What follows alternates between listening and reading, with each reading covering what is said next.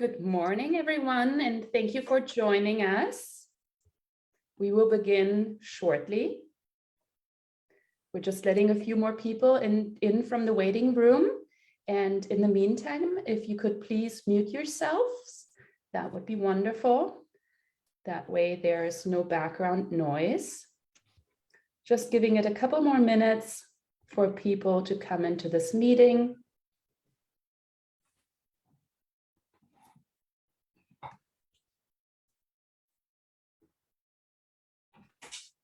It's okay.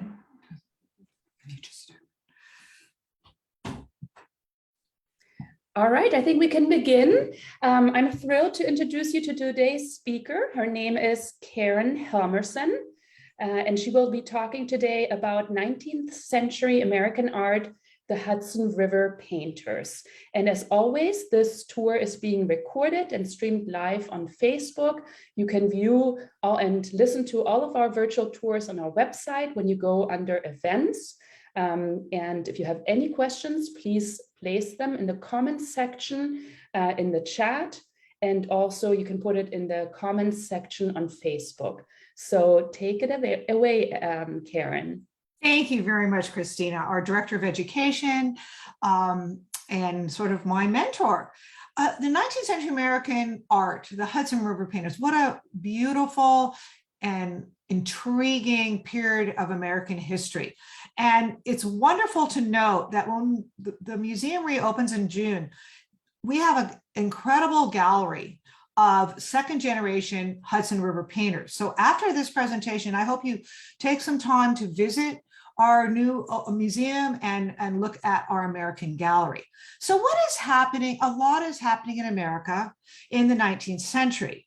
And in the early part of the century, we have many themes that sort of are occurring in America. We have what's called discovery. We have exploration. We have settlement.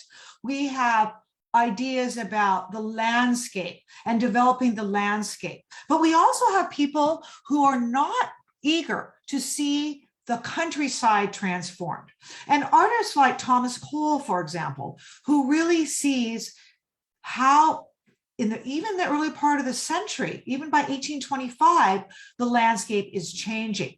Now, Thomas Cole was considered the father of the Hudson River painters, and we are not looking, we're looking at Hero Bierstadt in our collection, but we will go to Thomas Cole's work in just a minute.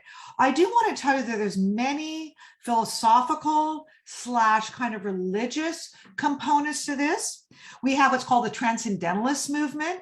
And that movement, which was promoted by Henry David Thoreau, Ralph Waldo Emerson, was that people could find religion in nature, in the ineffable beauty of nature, the grandeur of American landscape.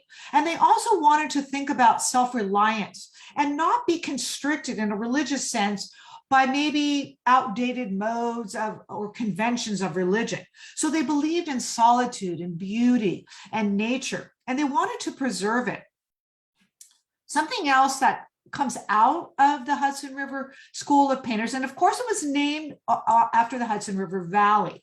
In the beginning, the artists did go to the Hudson River Valley. They painted the Hudson River area, the Adirondacks, later the White Mountains. But then as westward expansion occurs in America, they start to go out to places like California, see Yosemite, and even South America. And many of these artists also were either from Europe, like Bierstadt and Cole were British, or Bierstadt was German, and many of them returned to Europe or did go to Europe to study. Now, as we look at the paintings, I'll tell you a little bit more about the aspects of the Hudson River School. So let's see if I can advance. Kindred Spirits, Asher B. Duran. This is the most iconic Hudson River painting. It represents the concepts of the first generation, that would be Thomas Cole, but it was painted by Asher B. Duran, who actually sort of took over when Cole died sadly of pleurisy in 1848. He only lived a brief time, 48 years. Now, what does this painting represent? First of all, we have William Cullen Bryant, and also Thomas Cole. This was commissioned by a man named Sturgis, who was a wealthy benefactor. He commissioned Asher B. Durand, a Hudson River painter, to paint this magnificent work upon the death of his friend, Thomas Cole. And what we have here is it embodies all what the Hudson River painters in the first generation in particular were talking about. Well, first of all, why is the writer William Cullen Bryant in this magnificent painting? William Cullen Bryant was part of what's called the Knickerbocker Group. And like Washington Irving and James Fenimore Cooper, they were writing about the grandeur and the beauty of the American landscape and how it was beginning to change. And they loved to think about how nature was when the Native Americans occupied this landscape. Now, William Cullen Bryant was a journalist and a poet, and he was very interested in the writings of people like Thoreau and Emerson, because when you think about Walden Pond, it's this transcendentalism. It's going back to individuality and nature. So you see the grandeur here. Now, what are we looking at? One thing the Hudson River painters did is they created an idealized landscape. This is not exactly just plein air. When you think about like the Impressionists, what this is, and this of course is before Impressionism, and it actually coincides a bit with the Barbizon painters, who we'll talk about momentarily. But what they wanted to show is what they saw, but what they idealized. They romanticized it because they were very connected to the Romanticism that was really prominent in this part of American art. So Romanticism, Transcendentalist movement, changes in landscape, the westward expansion, and also Manifest Destiny. So these two men are on a promontory and they're discussing, they're philosophizing, and they're looking at Catskill Cove and the Catskill waterfall. Now, was this exactly the way the Hudson River Valley was? No, that's idealized. But look at the tight brush strokes, the magnificent light as it falls on the stone. We have on the left the carvings, the initials of the two thinkers here. And if you really recall that art and literature are often closely tied. And that's why we have a writer and an artist together, because many people believed that art and writing would promote new ideas, new ideals, which were needed at this time. Kindred Spirits actually comes from a poem by John Keats. It wasn't exactly the title, but he was dealing with the ability to have solitude. So these artists would record what they saw to a point and then go back to their studios and then really talk about what they saw and create these magnificent works. So there's a little bit of history about this painting that I do want to talk about. This painting was commissioned by a man named Sturgis, and he commissioned Asher B. Durand upon the death of Thomas Cole to paint this. Now, Asher B. Durand's daughter owned this painting, and she donated to the New York Public Library. But about 15 or 20 years ago, Alice Walton, one of the Walton heirs, decided to build crystal bridges in Bentonville, Arkansas. And she thought this is, of course, one of the most iconic American paintings, and she wanted it. She coveted this painting, and she paid $35 million to have this painting as part of the Crystal Bridges collection. Well, many people did not like that. But the New York Public Library says, we had a deaccession, we needed the money, and therefore it is in a museum dedicated to American art. So that's where it is today. And you can see it if you visit Crystal Bridges. So we'll move on. Now, Thomas Cole, as I said, died about 1848, but he did have a rather large body of work, and this is one of them. The Course of the Empire, Savage State. He did 5 paintings that related to the changing landscape of America. And exploration and discovery and settlement was all affecting the landscape. And he recounted the times when the Native Americans lived in the region And they lived this natural life that did not destroy the environment, did not encroach upon the beauty and grandeur that you were supposed to discover in this landscape. So he was very troubled by what he saw as gluttony and expansion. He was not happy about that. So he wanted to harken back to a time when life was simpler and the landscape was not changing and the Industrial Revolution was not encroaching on the fields and valleys. You have to remember that the second wave of the Industrial Revolution, which first occurs obviously in England, is now beginning to take hold in America. So even some of the landscapes we're going to look at in reality were not so pristine. They were actually beginning to see commerce. And that was very troubling to Cole. So just quickly, let's look at this painting. It is in the Metropolitan that does have quite a few beautiful Hudson River paintings. And another place to look for Hudson River paintings, if you do like to travel, is the Wadsworth Athenaeum in Connecticut, in Hartford. And that's a wonderful repository of a lot of Frederick Church's work, for example, who we're going to talk about shortly. So remember, other artists are beginning to look at landscape of Europe. And I would be remiss if I didn't tell you that many of these artists were enamored with the paintings of Claude Lorrain, 17th century French, and then did a lot of landscapes of Italy, John Constable, and of course, J.M.W. Turner. Many of these landscapes, however, seem to mirror more of Constable's man coexisting peacefully with nature. So we have a Native American on a hunt. He has his bow and arrow, and we have a deer going into the landscape. And then we have teepees, and we have a cloud sort of shrouding the mountains and the beautiful details. So as I mentioned, these are idealized landscapes with a very tight, beautiful brushstroke. Again, some of it is accurate and some of it is romanticized or idealized. Distant view of Niagara Falls. The first wave of the Hudson River painters, of course, beginning with Thomas Cole and then also Thomas Doughty and others, they stayed mostly on the East Coast, and they were doing areas around New York because many visitors came from New York, for example. Actually, in 1825, we had the Erie Canal, and we had a lot of people taking trips via that. And so we have a lot of people from the East Coast kind of going around this area of the country. Eventually, however, as I mentioned, the second generation, who we're going to be talking about, they expand into the West. Now, distant view of Niagara Falls. As you recall, this is a magnificent waterfall if you've ever seen it. You know, it straddles Canada and America, one of the most magnificent waterfalls ever. But at the time, even in the 1830s, this was not a pristine environment.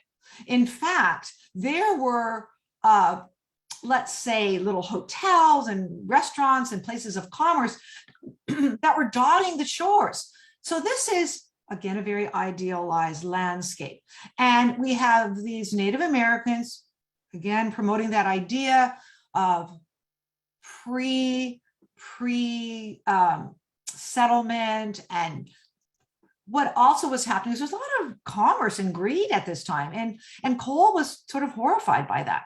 So he came from England. I don't know if I mentioned that. And when he came to America, he even took this kind of even grander approach because he loved it so much.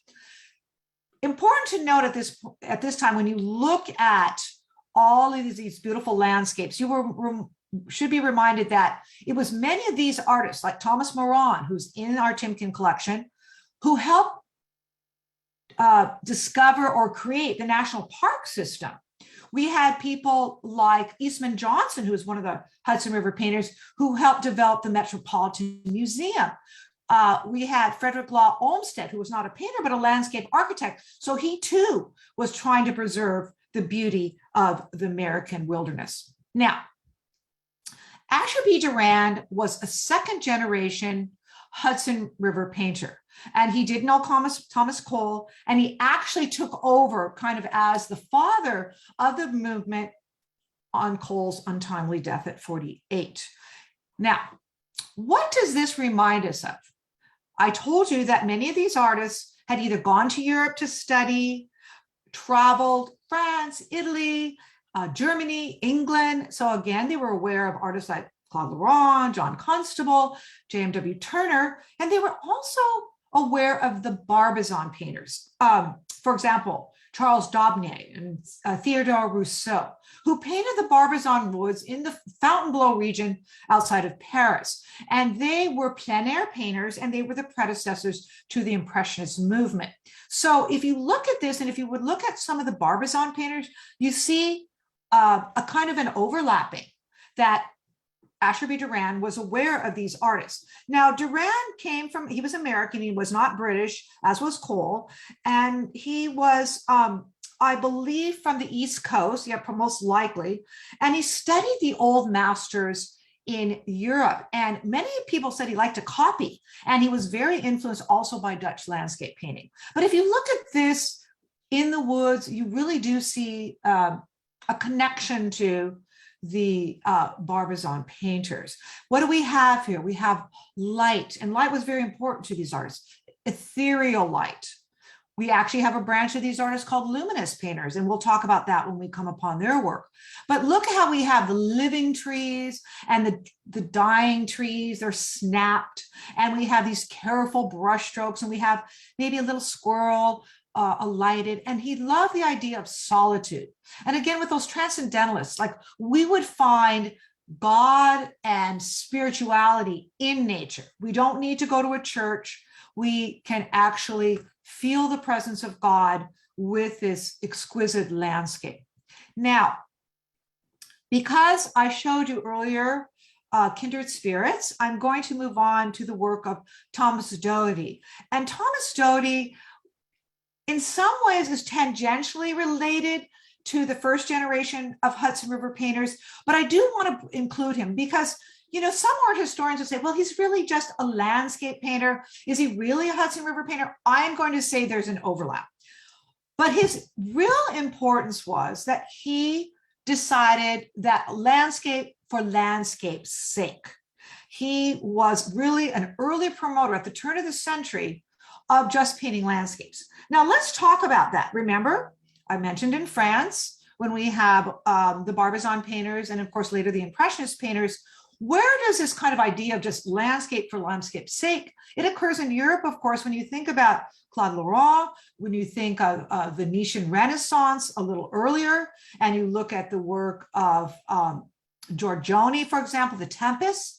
In the 16th century, landscape was beginning to emerge as a total subject matter. And here it is definitely the case.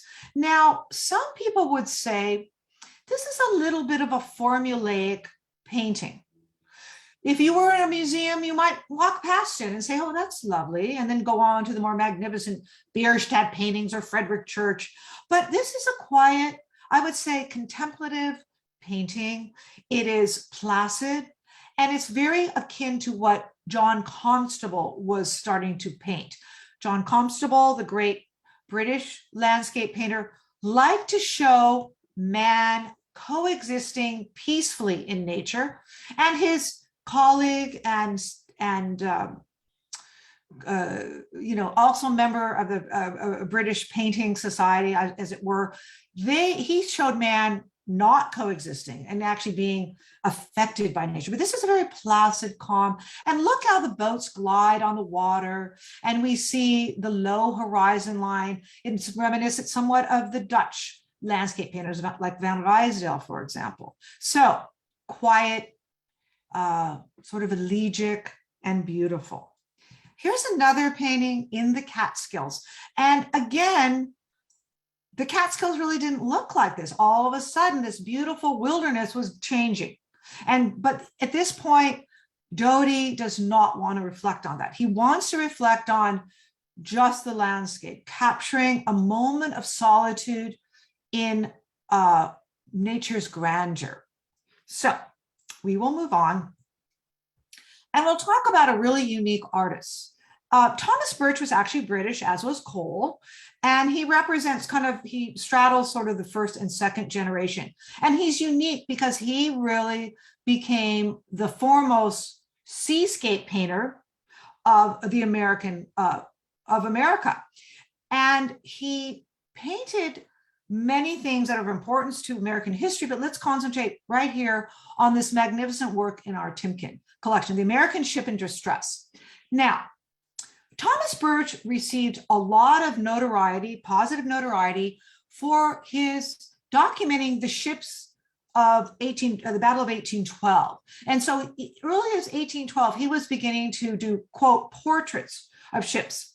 And he was very influenced by Claude Joseph Vernet, who's a French seascape painter and who's also in our Timken collection. So if you visit it, you can look at both the French artists who inspired this artist. Now, what do we have here? We have a boat obviously in distress, and it reflects a lot of the inspiration of Turner's work, because Turner often showed man not coexisting peacefully, but being affected by nature, storms and so forth. And you can see that something has caused distress to the ship. The waves are white capped. We really see motion in this painting, which is quite remarkable. Interestingly enough, it is said that there's a companion piece to this painting in another museum. And often he did companion pieces, the quiet, more Constable-like painting, and then the more Turner-like painting of man being thwarted by nature. So what do we have is a ship motoring out to try to rescue the people who are going to be greatly affected by this. The ship is about to capsize, the sails are torn, the masts are cracking, and then we have another smaller boat coming to try to help these people who are descending off the ship. So it represents a ship in distress, influence from Europe, what was happening in American shipbuilding, and the fact that, again, here's a British artist who is captivated by what is happening in America. Now, view of Philadelphia Navy Yard. Not only was Birch a painter of large ships, and we call him the portrait painter of ships, but he did something very remarkable and became very famous for this. He and his father was an engraver. So he studied with his father. And what they did is they fell in love with Philadelphia, the city where they lived, and they wanted to document all the interesting aspects of life in Philadelphia. Remember, Philadelphia earlier on had been the capital of America for about 10 years. So he was very interested in what was life like in Philadelphia. He and his father, I believe his father's name is William, created 29 etchings that were printed and popularized during this time. It was such a popular series of images that even Thomas Jefferson, the former President John Adams, and many important people who lived around this time in this era wanted to purchase these incredible works. So this represents one of them, view of the Philadelphia Navy Yard. And what we have are two kinds of bands of landscape. We have, well, the water, seascape here, and then we have the shoreline, the wharf of Philadelphia, the main wharf. And then we have men at work here. And so again, look at that low horizon line. It's very reminiscent of 7th century Dutch painting, for example, Hobbema, Van Ruysdael, but it also is uniquely American because, of course, it does document what is happening in our early history. But look at those clouds and the light as it pours. And there's a subtle recording of people's everyday work and life. And of course, he was a very good portrait painter as well. Now, Castine Harbor and Town. Let's talk a little bit about second generation artist Fitzhenry Lane for two reasons. He personifies the luminist section of the Hudson River painters. the subcategory. And of course, this magnificent small painting is in our very own Timken collection. So, as I mentioned, at first it was the Hudson River Valley, the Adirondacks, the White Mountains of New Hampshire. But as these artists begin to branch off, they capture other parts of America. And this, of course, is Catskill Harbor, Maine. Later, of course, they go on to places, as I said, California, even Canada and South America. But here we're going to concentrate on New England. Catskill Harbor, unfortunately, was a place where one of the worst battles of the American Revolution occurred. So it had a very infamous history. But at this point, this is far ahead of that time. I mean, past that time. And we are now dealing with a beautiful harbor. Who was Fitzhenry Lane? Well, Fitzhenry Lane was from New England. I believe he was from Gloucester.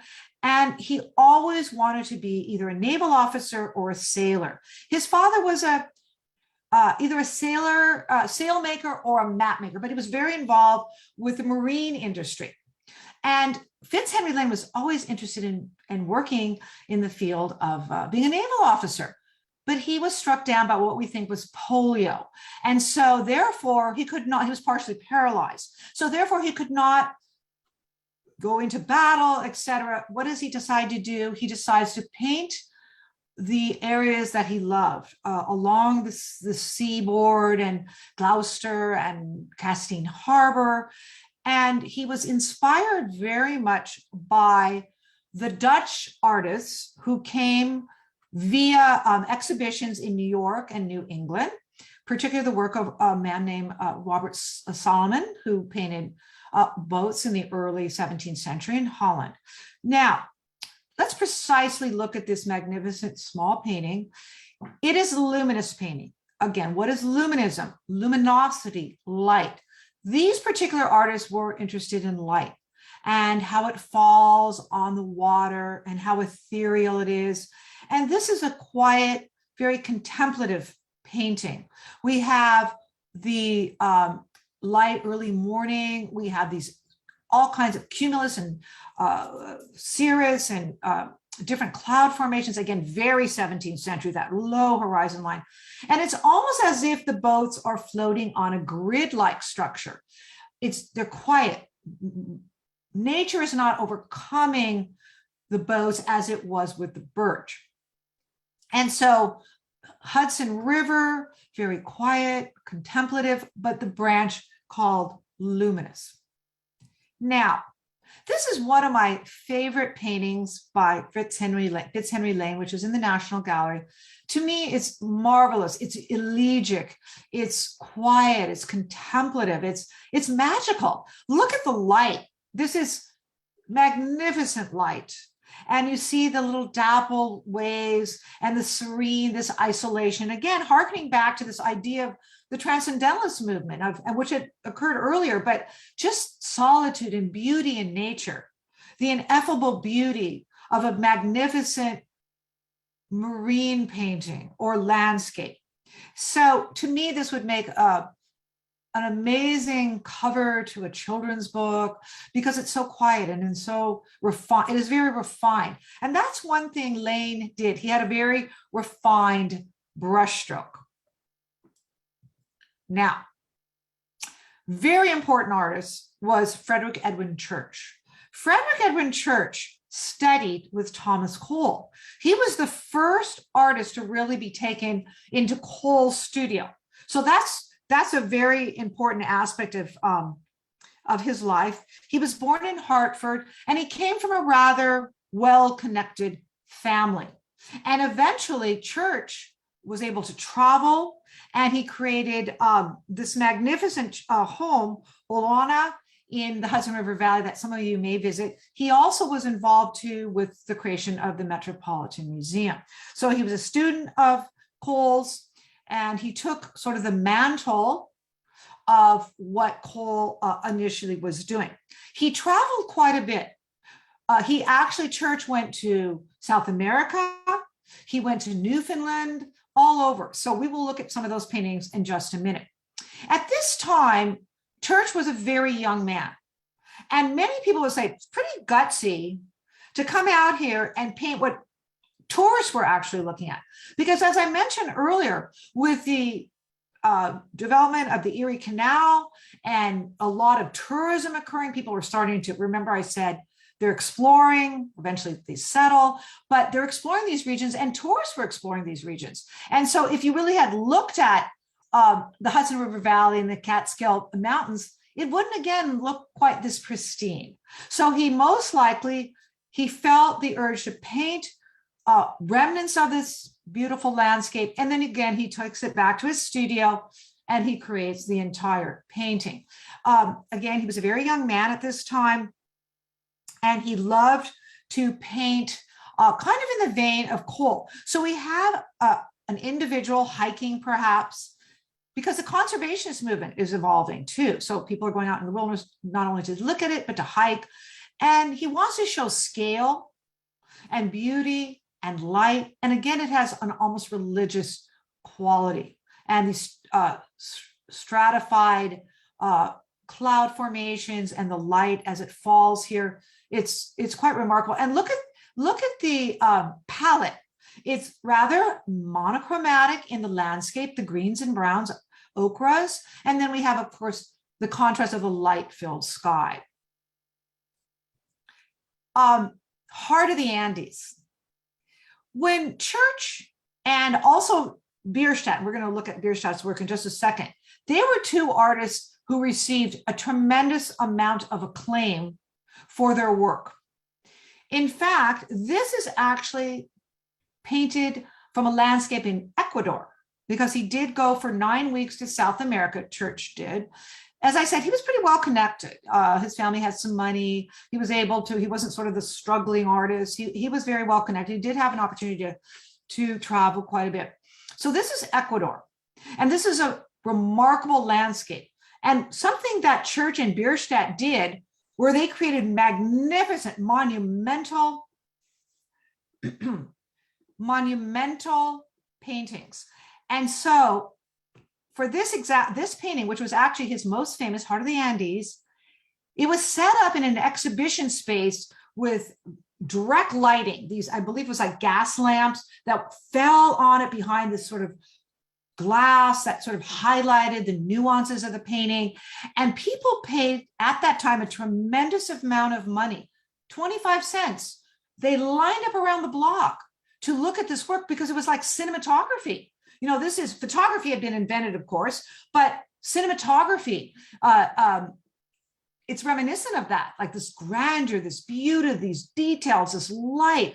And many people had not traveled to this exotic region. So it was like looking at something that was otherworldly. So here we have, it looks like snow-capped peaks in the distance. We have in the foreground a cross. And remember, this is the time of the manifest destiny that God and man should take over this North American landscape, even though this, of course, is not North America, but you would often see these ideas of crosses dotting the landscape. But here we have a waterfall. We have tiny figures that, of course, are used to show scale, this overwhelming mountain range, and then, of course, a little settlement here, again, for perspective. And these artists not only capture detail, tight, beautiful brushstrokes, they capture the nuances of the landscape, the light-filled, ethereal cloud formations, and then, of course, you see this light as it falls on the bark of the tree and the craggy roots that emerge. So this really captivated viewers. Another very famous painting by Church, the icebergs. During this time, remember, this is the time of the American Civil War. So people at this time, prior to the American Civil War, people were traveling to places like the Antarctic or the Arctic, and it was a kind of a romantic idea to go to the Arctic or go to places like Newfoundland and look at the icebergs. And of course, this is probably Newfoundland, because he did go to Canada, and he paints these magnificent icebergs. Some people love this painting. They said it's just exotic and beautiful, and icebergs. And other people said, it's kind of boring. It looks like, what is it, you know? And to me, it has a little bit of both. To me, it's sort of like meringue and ice cream clouds, but and others, shows the magnificent of this type of landscape. And if you visited some remote places like parts of Norway or Iceland or Alaska and see these icebergs, they are just stunning. So here is a mast, and it's fallen against ice. There's a sort of ice wall here. We have rocks and a sort of precipitous tilt, and we have this very turquoise grotto. Now, I am not sure, because of our viewers, and I'm not sure if you can even see it, but right here in the corner is a very, very turquoise grotto. And again, this sort of magnificent water. And here you can see the turquoise water here, and then the grotto goes up that way. So Church was remarkable because he did so many variations: Catskills, icebergs, South America. He was a very well-traveled individual. Now, let's talk about Albert Bierstadt. Bierstadt studied with a very famous German artist named Lortz. And Lortz was in part of what's called the Dusseldorf School. So Albert Bierstadt, who was born in Germany, did come to the United States with his family as a young man, but he did go back to Germany and other parts of Europe, and he did study with Lortz. And Lortz was known for painting Washington crossing the Delaware. So you might recall him from that. He was also, Bierstadt was part of this kind of westward expansion, because many of his paintings deal with areas outside of the East Coast and into the Rocky Mountains, as we see here, and then later into California. So Bierstadt sort of took on this idea of westward expansion, and let's kind of document. In 1848, after a Mexican-American War, westward expansion really takes place. And then of course, this is around the time of the Civil War. So people are really interested in expanding American settlements. Now, the Rocky Mountains, Mount Rosalie, this has a very unique title, because what is Mount Rosalie? Mount Rosalie is actually the name of his mistress, because he went with another group of artists, and one of them's wife, I believe his name was Dawson, had a wife named Rosalie, and Bierstadt fell madly in love with her. And she actually met up with the group of artists and surveyors who were documenting the Rocky Mountains. And so when he was creating this painting, not plein air, of course, he did sketches and he took it back to the studio. He was contemplating this love that he had for this woman. And I believe later they did marry. So what do we have here? This exquisite light field. It's very religious in sense, very spiritual. You see this magnificent light, and we have the trees that are dwarfed by the scale of the mountains, and we have sort of a placid body of water. We have rugged terrain here, trees that are sort of askew there, and it just seriously captures the Rocky Mountains if you have viewed it. And as I always do, and I apologize, I do want to make sure that we have time for questions, so I will go on. Now, normally I stop at 5 minutes to 12, but I hope it's okay if I go till 12 or just before, because we did start a few minutes late. So I will speak for about 15 more minutes about the paintings, and then I would really hope that some of you would like to have a little dialogue or have questions or comments. That would really be wonderful. And then, of course, Blythe will hopefully be able to open the questions. So let's move on. Choluk, the Yosemite Falls. Again, this is in our very own Timken collection, and it's one of our most famous paintings. And I do want to say, however, that for some reason, this image does not do justice to the painting. It is a remarkable painting for its coloration, for its scale and for its beauty. So I do apologize. Sometimes, when you're taking it from different sources, the slides, the images don't always come out so perfectly. Okay, what are we talking about here? Again, this is done during the time of the American Civil War. And Bierstadt was part of a group of artists, two groups of artists who were coming across to Yosemite and really wanting to look at the incredible landscape that not a lot had been known about. I mean, there was, of course, the gold rush and things like that, but coming from the East Coast, they were trying to expand the knowledge and settlements out here. So he goes with a team of artists and also surveyors, because earlier on, actually about 1848, they began to survey for the railroad. So he's sort of on the second wave of that. And he's meeting with a group of artists here in the shadows, literally and metaphorically, of Choluk Falls, the second largest waterfall in America. And you have this magnificent waterfall. And we have a handful, there's 6 artists here, and they're kind of discussing, now, what did you take away from the landscape? What did you see? And, did you do some hiking? And what do you think that we should really be thinking about? Another thing I'd like to point out is photography does exist at this time, but it would be so cumbersome to take photographic equipment out, daguerreotype was one of the early forms of photography. It would be too cumbersome. So of course, if a surveyor wanted to capture this landscape, you would have to really sketch it and later paint it. So we have horses, they're hobbled. Hobbling is putting a kind of a brace on the horses so they don't take off. They're being hobbled. Dinner is cooking over the fire, and we see the Merced River.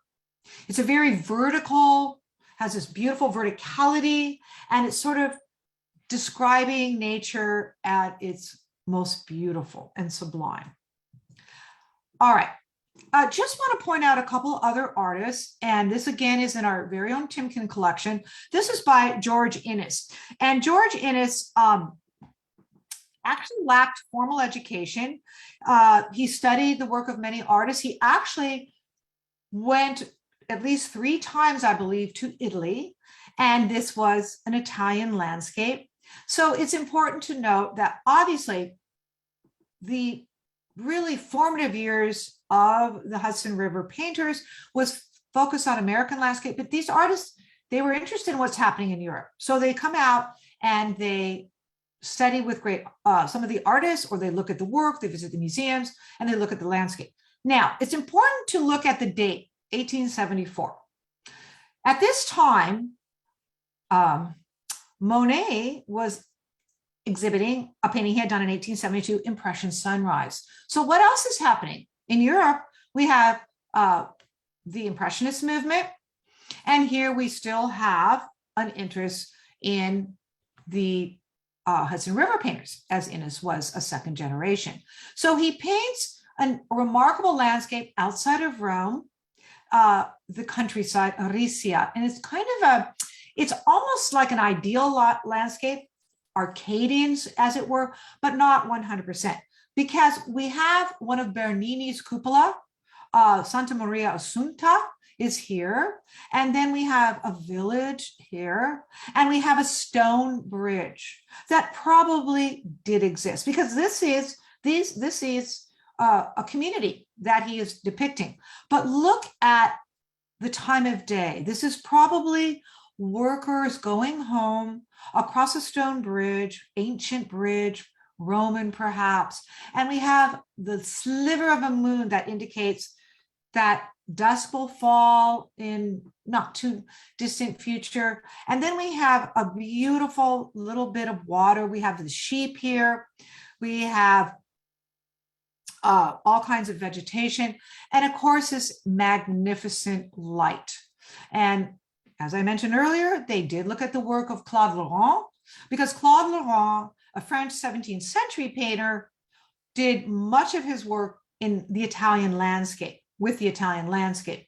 So he was influenced by Lorrain and some of the 17th century Dutch, as I mentioned, and also his own take on the beauty of Italy. Now, someone who's really important to the second generation is Eastman Johnson. Johnson not only was a tremendously gifted painter, but he is one of the originators of the Metropolitan Museum of Art.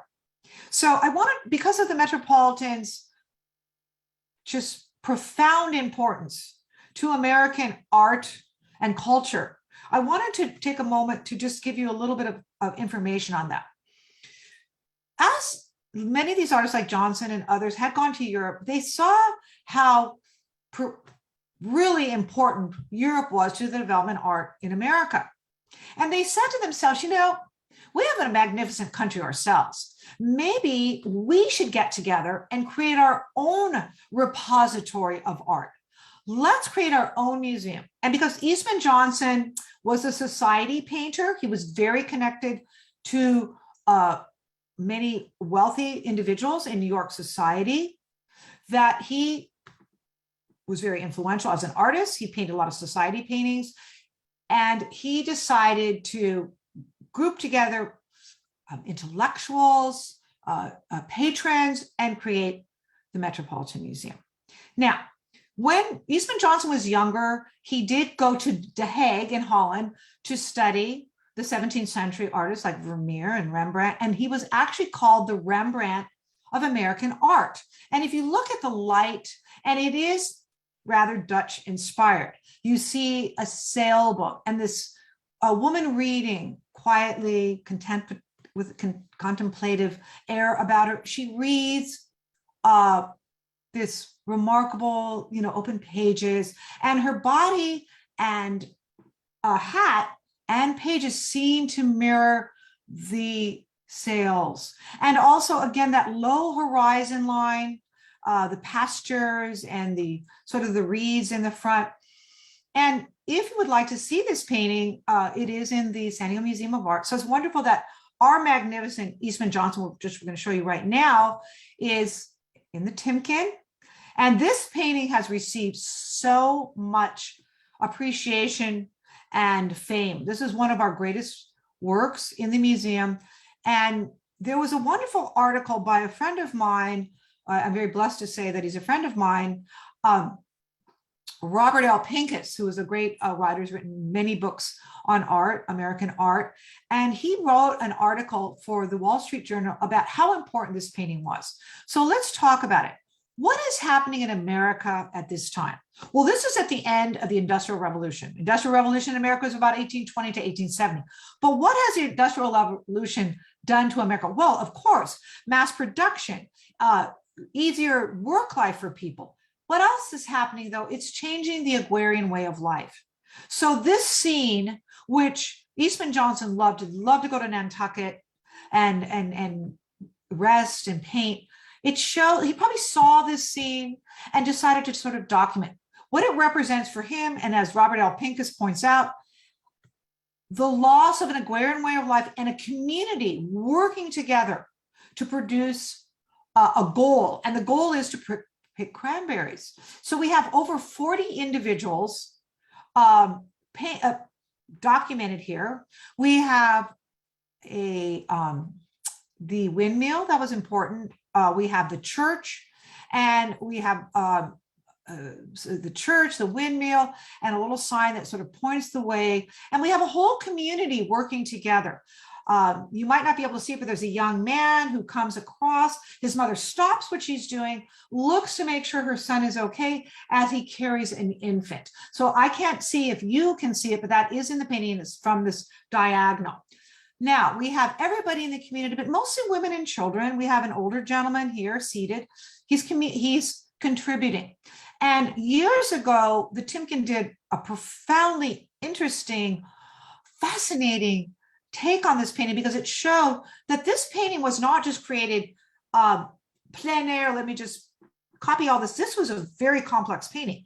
There was over 17 preparatory drawings required to create the vignettes that are in this incredible work of art. So the Timken was able to show those clusters of people and how he put it together, almost like a puzzle. Please come and see this as we reopen. because of time, I'm going to just quickly talk about one more artist, and that is Winslow Homer. And Winslow Homer really tangentially is aligned with the Hudson River painters, but I did want to include him because he is such an important artist. And he was an illustrator, a magazine illustrator, and he came from New England. And he was very famous for his depictions of the Civil War. And he was greatly affected by that. He never married. He kind of worked in isolation.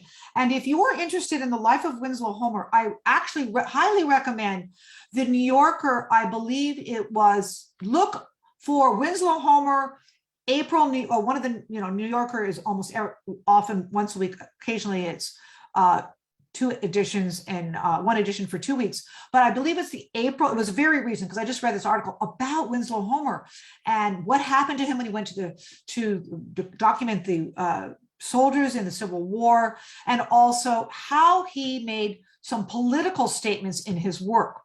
And I'm going to show you that in just a second. So in a way, as I said, tangentially, he's related to the Hudson River painters. Look at that sort of luminous quality, the dappled light, the children quietly on the harbor.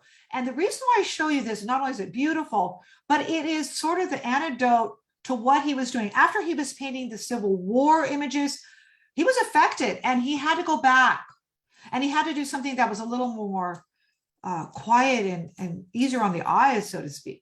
But he was always somewhat politically motivated. And I mean that because I'm going to show you this painting.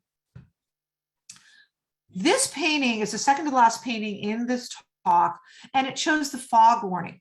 Now, he did go to England, and he saw how terribly difficult it was to be a fisherman in England and also in New England, in Gloucester, for example.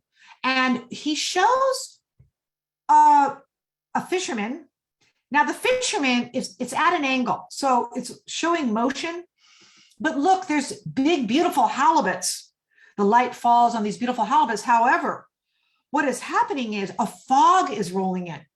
And when a fog rolls in, it can completely obliterate everything around the fisherman. And he has to get to the main boat. He isn't coming out from shore. He's coming off a boat, a larger boat.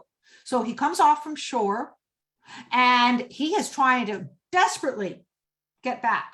So Winslow Homer was a storyteller, and he tells a story, a narrative about the life of these people. So I just want to mention again, remember I talked about the first painting, Kindred Spirits, and many people thought that artists had an important, and writers had an important role to warn and to show and to document. And lastly, I'm going to show you, and I don't even think I'll have time to talk about it. I just want to point out one thing. Martin John Heed. Oh, we're missing Heed. Okay, so Heed, again, one of the magnificent artists, and this is in the Timken. He traveled all over South America, Florida. He was known for salt marshes. And again, he is also tangentially related because his work was quite different. He didn't just paint the magnificent landscape. He painted the marshes and the dunes and the flowers. And this is, again, one of my favorites. Talk about, again, elegiac and quiet and subtle and beautiful. And this is the preamble to a thunderstorm. The idea, it's so, to me, so profound, that preamble, that quietude, that beauty. And I do, lastly, and I'm not even going to talk about this except to show this is in our Timken collection. Again, it shows how Thomas Moran, remember the Hudson River School, second generation, did go to Europe and painted. Now, this, of course, is very Arcadian, very idealized. But Thomas Moran, not only was he crucial as a painter, but he was instrumental in creating the national park system in the United States. So we're going to end here. And I do hope, and I see our wonderful Blythe, and I'm hoping that Blythe can facilitate maybe some questions in the chat, or if anybody has some comments they'd like to make, that would be just terrific. Yes, of course, I would love to. So if at this point, if anybody wants to unmute themselves, they're totally welcome to. And just, feel free to, as Karen was saying, just have a dialogue. Or if you're more comfortable writing in the chat, that's great too. And I can relay whatever you choose to write in the chat for everybody. Were there any women involved in painting at this time, or was it just all men? What a great question. What a great question. Not too many women were involved with the movement, unfortunately. And I cannot even name one. Now, remember, the unfortunate part of Western art history, and this is part of it because of its European roots, it was so focused on white males. That was really unfortunate. And when we think about in the Renaissance, women were painting, in the 19th century, women are painting. But in terms of this movement, most of the research that I came across, I personally found very little reference to women painting. It was mostly focused on, and that is, again, a bit of a limitation on art history as it is written. Now, we've really changed how art history is documented and taught. But I went to school a long time, and in graduate school, we used to complain, like, where are the images of by women or people of color? I mean, it just, of course, thankfully in the 20th and 21st century, we've been much better. But that is a great question. And I'm sorry, I can't even really tell you. I mean, we had artists who were Marie Cassatt, who was later, of course, she was more connected to the Impressionist movement and not so much to the Hudson River painters. So there were, of course, women artists, but not so much with this particular Hudson River painters. I hope I answered your question. That's a great question too. I think that it can really be applied to any kind of subject that you're studying in art history as well. It's a question that often comes up. So we have another question for you, Karen, asking what sparked your interest in this genre? What sparked my interest in, I didn't hear the second part. In this genre. So specifically, I think like the Hudson River. Oh, that again, another great question. I hope more people ask questions because they're always so good. Our collection at the Timken, we have a whole gallery and they're really stellar paintings. They're really stellar. And so I did some talks for teachers about how to incorporate, one thing, I just want to make a little plug for the Timken, because the Timken does so many outreach programs to bring children for free into the museum. And we do every year with the help of Christina, of course, Rosenberg, who some of you met in the beginning. She organizes these incredible presentations, and teachers would come in to see how they could use our collection. And, American art is taught in 8th grade. American art is taught in 4th and 5th grade. And I think it really lends itself not only for its beauty and its fascinating history, but also I became interested because I saw how children and teachers could use this collection, this 19th century American collection, to its benefit. So that's kind of why, but there's very little in art history that I'm not fascinated with. I love it all. I'm a like kind of equal opportunity, but this one does speak to me, and I've done quite a few talks on this particular period of art. That's a great question. Another great question and a great answer by you, Karen, as well. We have another question that's talking about, so when discussing the course of empire painting, did you mention that Thomas Cole didn't like the fact that the landscape was changing during his era? Did any of the Hudson River paintings and artists, by idealizing landscapes, push the change? So I think the question is asking, there was a lot who seemed to really want to idealize and preserve these landscapes. Were there any that kind of pushed for the changing of the landscapes? Oh, okay. So I hope I understand the question. It's a good question, and I hope I'm understanding it. The artists themselves wanted to preserve. They were working toward, that's why people like Thomas Moran, for example, he was involved with actually creating national parks and preserving the beauty and the grandeur of even the city parks too. So some of these artists like Moran, I just mentioned, Frederick Law Olmsted, who was not a painter, but he was aligned with a lot of these artists. So they were hoping that through these paintings that people would see, yes, we needed industrialization, we needed expansion and settlement, but at the same time, we want to put a stop to sort of the gluttony of what was happening. And that is a really perfect, the painting, of course, of the Empire, that painting, as you just state, and it's great that you remembered it, because he was really against what he saw as just commercializing this whole area. Because even the Hudson River Valley, he was the earliest really of this, besides Thomas Doty. They saw even in the early part of the 19th century, things were changing. As I mentioned, they couldn't even really paint the Catskill Mountains and Niagara Falls and places like that as it was present at that time, because already there was some cheap and sort of tentacles of commerce already spread out. So I think in philosophically, like with Thoreau and Emerson, they're like, let's not change the landscape. Let's find solitude and beauty in the landscape. But of course, commerce pushes forward. So I don't know if I answered the question, but yes, they actively wanted to see parks and preservation of nature and stopping all this commercialization. And they hope that their paintings would give people an idea of why that was so crucial. One of the things that I love about the Hudson River School painting is a lot of the poetry that went along with it at the time as well.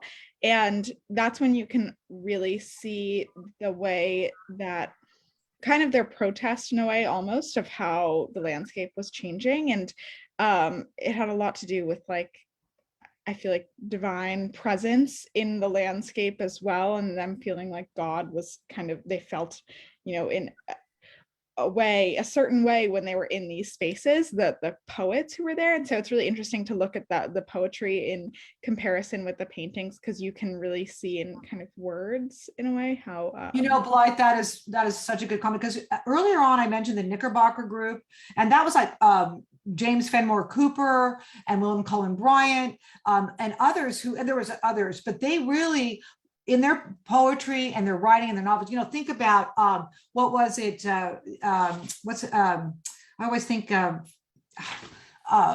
James, I don't know, Cooper's work on the Native Americans and the changing landscape. And I don't, his titles of his books escape me, but you're absolutely 100% correct about the overlap of literature and how it reflects what is happening with the landscape and what these artists were trying to convey. So that's, really important, very important. I'm trying to look at the title of the book I was thinking of is, well, that's okay. Well, another time. Any other questions? Yeah, we have another question in the chat saying, Andrea says, I have heard that Bierstadt also did dramatic shows of his artworks. Was he able to support himself by doing this? Other than church, were there others that also did these kinds of exhibitions? What a great question. And there's a sad story to the Bierstadt. 100%, such a good point.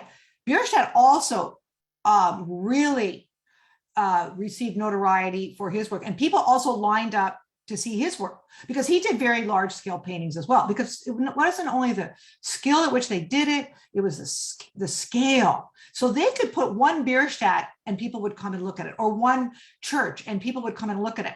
Sadly, Bierstadt's finances, he was really wealthy. And at the height of his career, boy, he was making very large sums of money on his paintings. But guess what? His art kind of began to fall out of favor. And, there's a lot happening in Europe that, again, starts to kind of bleed into what's happening in America. And people stopped being as interested in his work. And so toward the end of his life, he was not very successful. He actually was rather impoverished. Whereas Church was so well connected, had a lot of money, made a lot of money, kept a lot of money. And that's why he was able to build his magnificent home, Olana, in the Hudson River Valley, which is a combination of Victorian and Middle Eastern architecture. I just want to make a really quick sidebar. I was so interested revisiting this period of art in America. It is captivating. I decided my next trip, second next trip, I am going back to the Hudson River Valley and back to New York, I should say, and visit the Hudson River Valley and see these places that the artist documented because I'm so captivated by it. It's my plan. Any other questions, Blythe? Yeah, so we don't have any more in the chat, but I did just want to open it up for anybody for any last minute questions. It's about 12:10 now, so I don't want to keep anybody for too long, but it seems like we've been having a really nice discussion. So I do want to give anybody any last minute opportunities to just unmute themselves or type anything in the chat. So we have a question in the chat. Will there be any in-person tours of the Hudson River artworks in the Timken once the museum opens? Apps 100%. Yes, definitely. And remember that you can actually request tours from our adult, and I do in person. I'm going to be going back. I'm going to continue with my Zoom lectures on one Thursday a month and my Wednesday Arts Reach, which you are participating in. But I'm also planning to go once a month, Friday mornings. I believe it's the second Friday, 10:30 to 12:30. I will be at the museum giving tours, and you can request if you have a group of people. For example, a group of friends, and you think, we'd really love to take a tour of the Hudson River collection. Well, it's actually 19th century American. Please call the museum. We have people who will schedule it. They're more than happy to do that. And I've done it for viewers many times. So yes, that 100%. Okay. So we don't have another question in the chat, but we do have some advice for you when you go visit, that you should visit the restored coal home. Oh, I plan to. Great. Thank you. Oh, absolutely. I will do my homework, my due diligence, because I cannot miss that. And there's so much to see, but thank you. That's a good, put a little reminder, and I will be looking at that, but yes. So obviously someone has had a wonderful trip there. Yes. Well, thank you everyone so much for joining us today. Oh, thank you. Such a lovely discussion at the end here. It's so nice when we can answer these questions for you, and it's nice for us to really hear some, what you guys are interested in and what you're interested in learning more about. If I could just ask you, Karen, to move to the next slide. Oh, of course. So I, again, want to say thank you to Karen so much for sharing your knowledge with us. This is an amazing, interesting presentation and lecture. I have so much fun learning with you every time that you give a presentation, and I think all of us do. And I wanted to thank everybody for joining us today. Oh, I apologize. Thank you. Of course, I apologize for our technical difficulties at the beginning. No. But thanks for bearing with us. And I wanted to, of course. You're amazing. Thank you, Karen. Thank you, Blythe. Oh, my pleasure. And I love my as many viewers who's coming, who have questions. It's great. And I think that Blythe is going to talk about, we actually have some other great lectures coming up. Blythe, did you want to just mention those quickly? Yeah, I just want to introduce them really quickly. So tomorrow at 11 a.m. we have our regular Thursday lecture time, and that's going to be Jan van Eyck, Alchemist of Art. So if you'd like to join us for that, that's at 11 a.m. tomorrow. And next Thursday we have another lecture as well called John Singleton Copley, Forger of American Identity. So those should be really fun. They're both at 11 a.m. on Thursday. So if you'd like to join us for those, we'd love to see you all there. Yes, thank you. Thanks so much. Thank you. It was my pleasure. Thank you all, and thank you, Blythe. And we'll see you next month. And also, I hope many of you, these are will be two great presentations. So anyway. Yes. Thanks again. I agree. Bye-bye. Bye. Bye.